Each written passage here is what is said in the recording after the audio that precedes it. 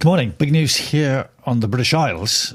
We've got we've got a resignation of the old Prime Minister. So the boss of the country is gone. He's handed in his resignation. He's done a speech outside his house in number 10 Downing Street, and we're awaiting this guy, Andy Burnham from the north, who's going to come down and apparently going to take his place. But before we get into who's next, let's just break down this speech by Keir Starmer, the outgoing Prime Minister, because if you listen to it, you may be forgiven for thinking that this is a crazy idea, because he's clearly been fantastic. When you look at the details of his speech, he's giving off a long list of everything that he's done fabulously well in the 2 years. Let's have a little listen. In 14 years, a page in our country's history turned after years of disappointment and despair. The chance to change the lives of millions of people for the better. And that's quite right. So there were 14 years of what we call the Conservative Party. The Tories were in power, and austerity is the word, right? Austerity is where you got to squeeze all the bills, and you got to stop spending and tighten the belt, apparently, because there's not enough money. So everyone's got to have a recession, if not a depression, because the spending has to stop. And so after 14 years of economic hardship, it was hoped that the Labour Party, the People's Party, would come in and turn things around and increase prosperity for the masses, the workers, shall we say. And the clue's in the title a little bit, because this guy is a Sir, right? He's been knighted by the royals. He's Sir Keir Starmer coming in. Okay, and his plan was to win over the masses. The journey to that point was not easy. 6 years ago, I inherited a Labour Party that was politically, financially, and morally bankrupt. I was told time and time again that my party was finished, that we were consigned to history, that a majority at the general election, let alone a landslide majority, was impossible. But we proved those people wrong, because we changed our party, ripping out the poison of anti-Semitism. Okay, so he uses the phrase landslide, which means that it was a huge victory. The percentage of seats that you win in the UK was much higher than all the other parties. So it's called a landslide, like, everything else collapses and it's a total whitewash victory, or whatever you say. But actually, when you look at the percentage numbers of people that turned out to vote, it was, predictably low. It's always low. It's I think it's less than 30%, if not less than 25%. So in terms of numbers of votes, it's not a huge number. It's just that so happens that the percentage of the parliament that this Labour Party have was higher than ever else. Restoring trust on the economy, defence and national security, and becoming a lot of chat recently about defence, even with the journos and the TV people. There's a real narrative at the moment to spend on defence, just as an aside. A party that once again stood proudly with, not against, our national flag. The hard work of change was with a singular purpose, not power for power's sake, but to change Britain for the better, to build a fairer country with dignity and respect, where everyone is seen, everyone is valued, wealth and opportunity for all, not just the privileged few.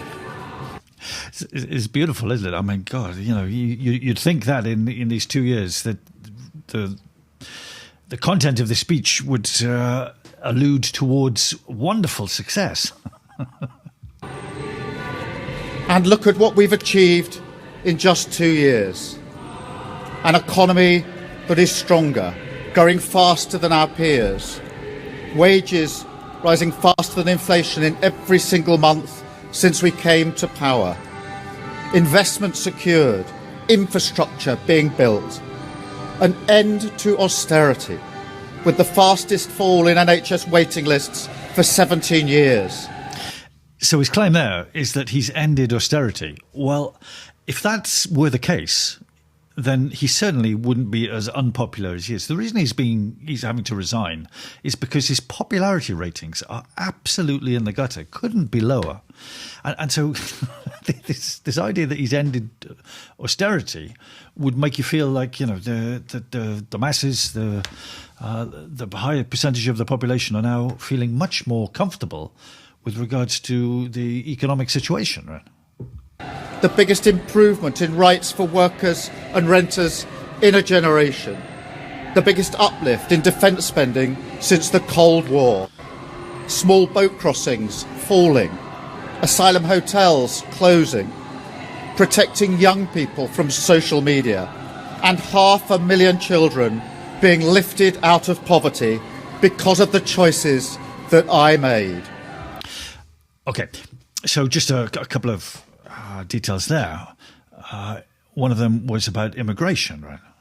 And so all these I teach English as a foreign language to people from other countries, and this is across the continent, if not across the world, that this narrative of pointing the problem at foreign people is everywhere, in Europe, from Portugal to Bulgaria. I speak with people everywhere about what's going on their news programs, and it's the same, right? And so what we have to understand about capitalism is that you want to have the highest profit margin, right? So if you can afford to pay your workers less, or even get rid of them completely, you do that because it improves your profits, right? The point of capitalism is to have the best profit margins. And so these desperate refugees coming in from all these war-torn areas that, you know, NATO have caused, you know, Syria, Iraq, Iran, Libya, etc., they're actually very popular with the ruling classes because they're cheap and they're desperate and they're highly motivated.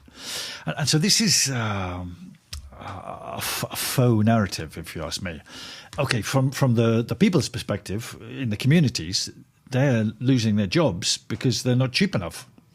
And that sort of tension socially in communities, because there's a lot of migrants and immigrants and refugees arriving, is real, and they're onto it. They know it. They've got the analytics and the surveillance and the databases to check out what people are speaking about and what people are thinking, and, you know, how people are moved in one way or another.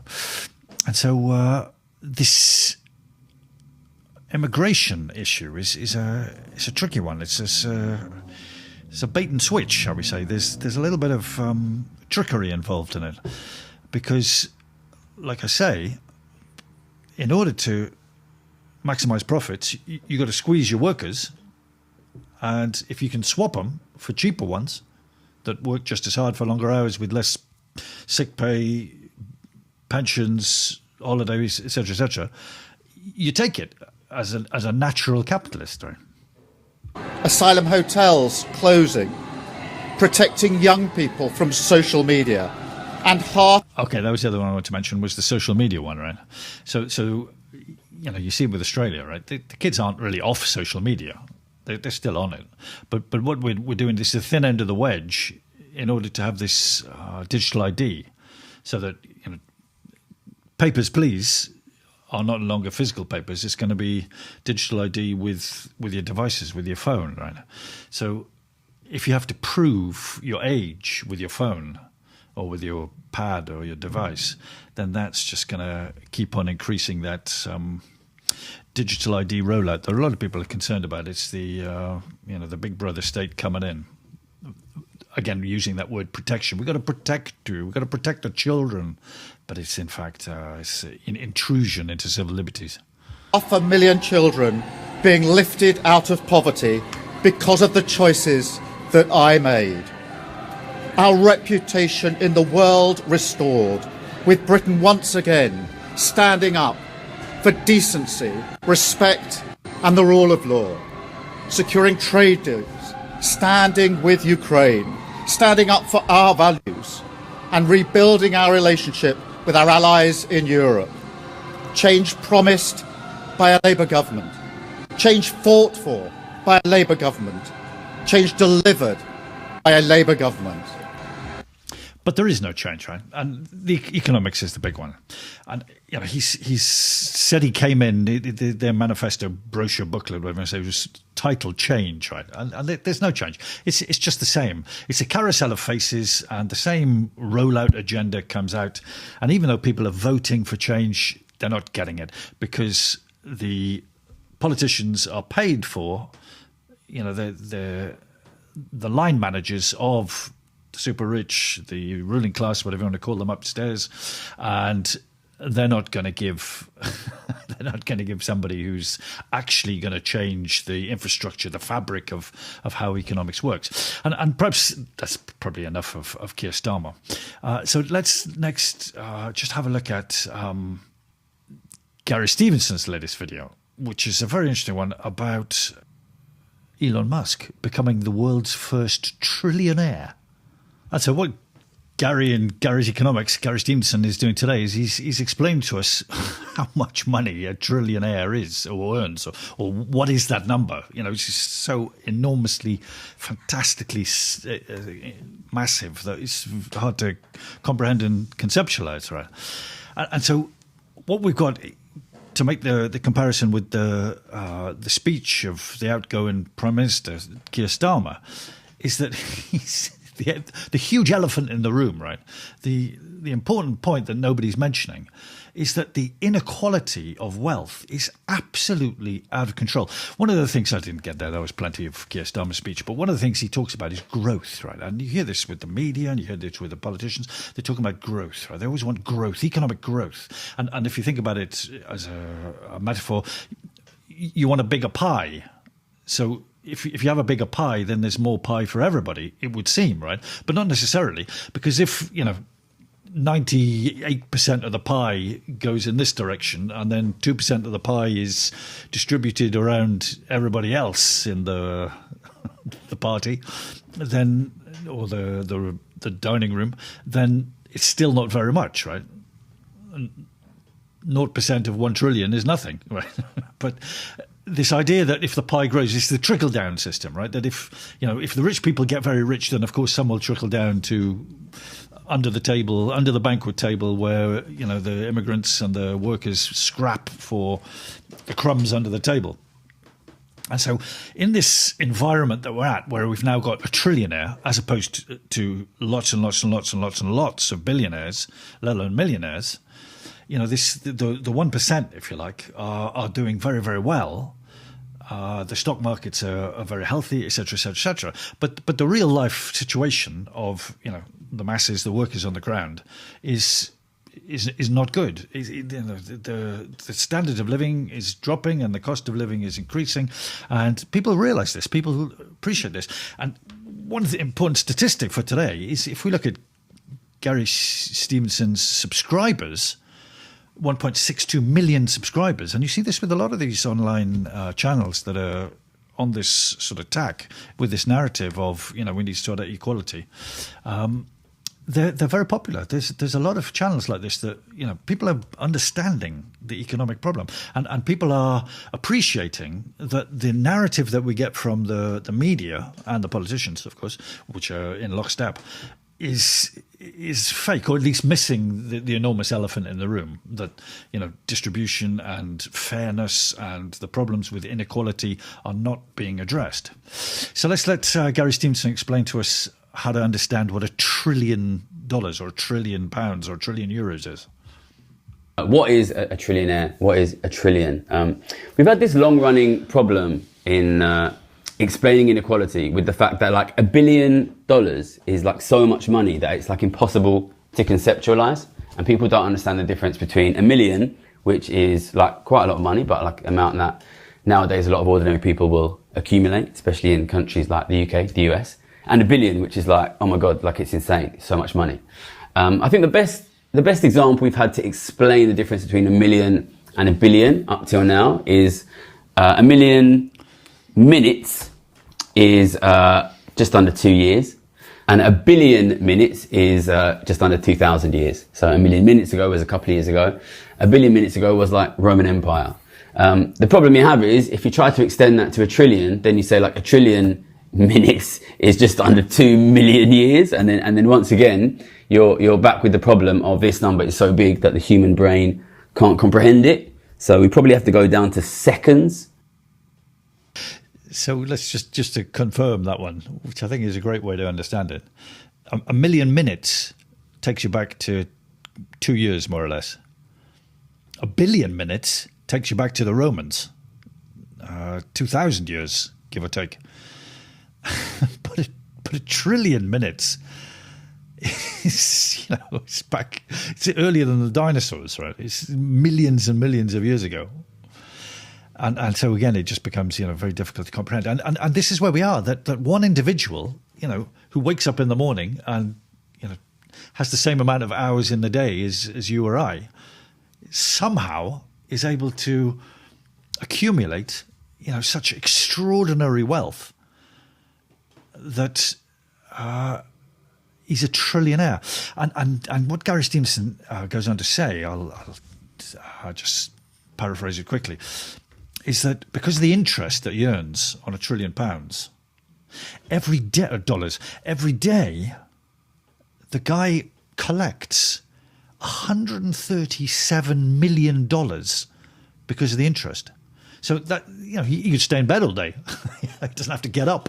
And he still gets $136 million because of what he owns, because of his assets. And this is why Gary Stevenson talks about tax wealth, not work, right? So that, because what's happening is it's because this extraordinary wealth is on a runaway train heading for the cliff, that the cost of living increases because it's a closed system of economics, right? So it affects everybody. So if it's all going in that direction, then people in this direction are getting squeezed, and the people are getting squeezed, and they realize it and they appreciate it, and they're hoping, they got their fingers crossed, that this guy from Manchester, this mayor, is, as we speak, riding south on his horse like a brave hero, a knight coming down from the north to save us, from Westminster politics. Very much like they believe Trump would do in the USA, right? That he was this man set aside from politics, a maverick, going to drain the swamp, they said. And, Andy's job is the same. Come to London and drain the swamp, Andy. Save us all. Give us some equality. Give us some distribution. Make things fairer, Andy. This is what people want. And my prediction is they're going to be disappointed, because you can't get anywhere in politics unless you're bought and paid for by the ruling class up top. So it's going to be interesting, if a little disappointing, to see how Andy Burnham squares that circle, fits that square peg into the round hole, manages this impossible situation. Because the people are wise to it. The people see through these narratives, that the blame on the desperate brown people from overseas is not the crux of the problem. And that people like Gary Stevenson are being ignored and pushed to the sidelines when they have a far more